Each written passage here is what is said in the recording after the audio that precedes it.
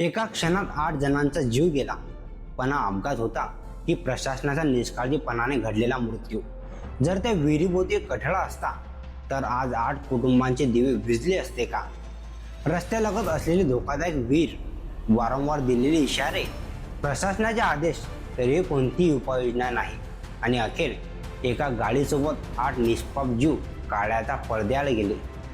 या घटनेनंतर सर्वात मोठा प्रश्न एकच विचारला जातोय, त्या विहिरीत गाडी पडली म्हणून 8 जणांचा मृत्यू झाला की कोणाच्या निष्काळजीपणामुळे त्याला मृत्यूच्या विहिरीत ढकललं गेलं? नमस्कार मंडळी, मी उमेश शेटनारे आणि आपण पाहता विदर्भ लाईव्ह. पंढरपूर मसवड रस्त्यावर घडलेल्या एका भीषण अपघाताने संपूर्ण महाराष्ट्र हादरला गेला आहे. एका कुटुंबाचा प्रवास सुरू झाला, पण तो कधीच संपणार नाही याची कल्पना त्यांनाही नव्हती. एक वाहन रस्त्यावरून घसरलं आणि थेट रस्त्यालगत विहिरीत कोसळलं. काही सेकंदात 8 निष्पाप जीवांचा अंत झाला. पण या घटनेनंतर समोर आलेली माहिती आणखी धक्कादायक आहे, कारण ही विहीर धोकादायक असल्याचा इशारा आधीच देण्यात आला होता. प्रशासनाला सांगितलं गेलं होतं, ठेकेदारालाही आदेश देण्यात आले होते. मग तरीही उपाययोजना का झाली नाही? आणि आज त्या दुर्लक्षांची किंमत 8 कुटुंबांना आपल्या प्रियजनांच्या जीवाने मोजावी लागली आहे. पंढरपूर मसवड राज्य मार्गावर तांदूळवाडी परिसरात रविवारी संध्याकाळी एक भीषण दुर्घटना घडली.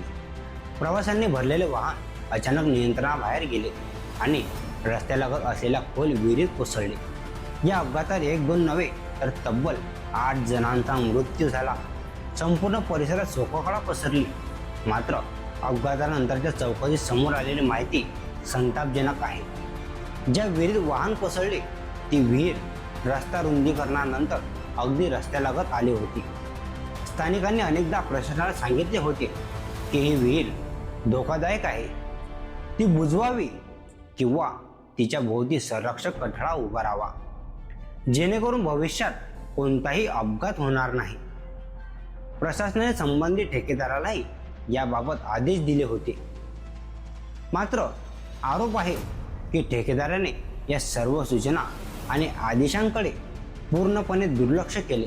ना कठडा बांधण्यात आला, ना इशारे देणारे फलक लावण्यात आले, ना रिफ्लेक्टर, ना गतिरोधक, ना कोणतीही सुरक्षा व्यवस्था.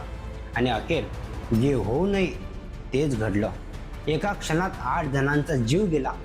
आज त्या कुटुंबांच्या घरात शांतता आहे, पण त्यांच्या मनात एकच प्रश्न आहे, जर प्रशासनाने वेळेत कारवाई केली असती, जर ठेकेदाराने जबाबदारी पार पाडली असती, तर आमची माणसं आज जिवंत असते का? कल्पना करा, घरातून आनंदाने बाहेर पडलेली माणसं. कोणाला कल्पनाही नव्हती की त्यांचा हा शेवटचा प्रवास ठरणार आहे. कोणाच्या आईचा मुलगा, कोणाचा मुलांचा बाप, कोणाचा संसाराचा आधार. काही सेकंदात सर्व काही संपलं. आज त्या कुटुंबाकडे फक्त आठवणी उरल्या आहेत आणि एक न संपणारा प्रश्न, यासाठी जबाबदार कोण? जर प्रशासनाने आधीच धोका ओळखला होता, जर आदेश दिले होते, तर सुरक्षा उपाययोजना का झाल्या नाहीत? नागरिकांच्या जीवाची किंमत इतकी कमी आहे का?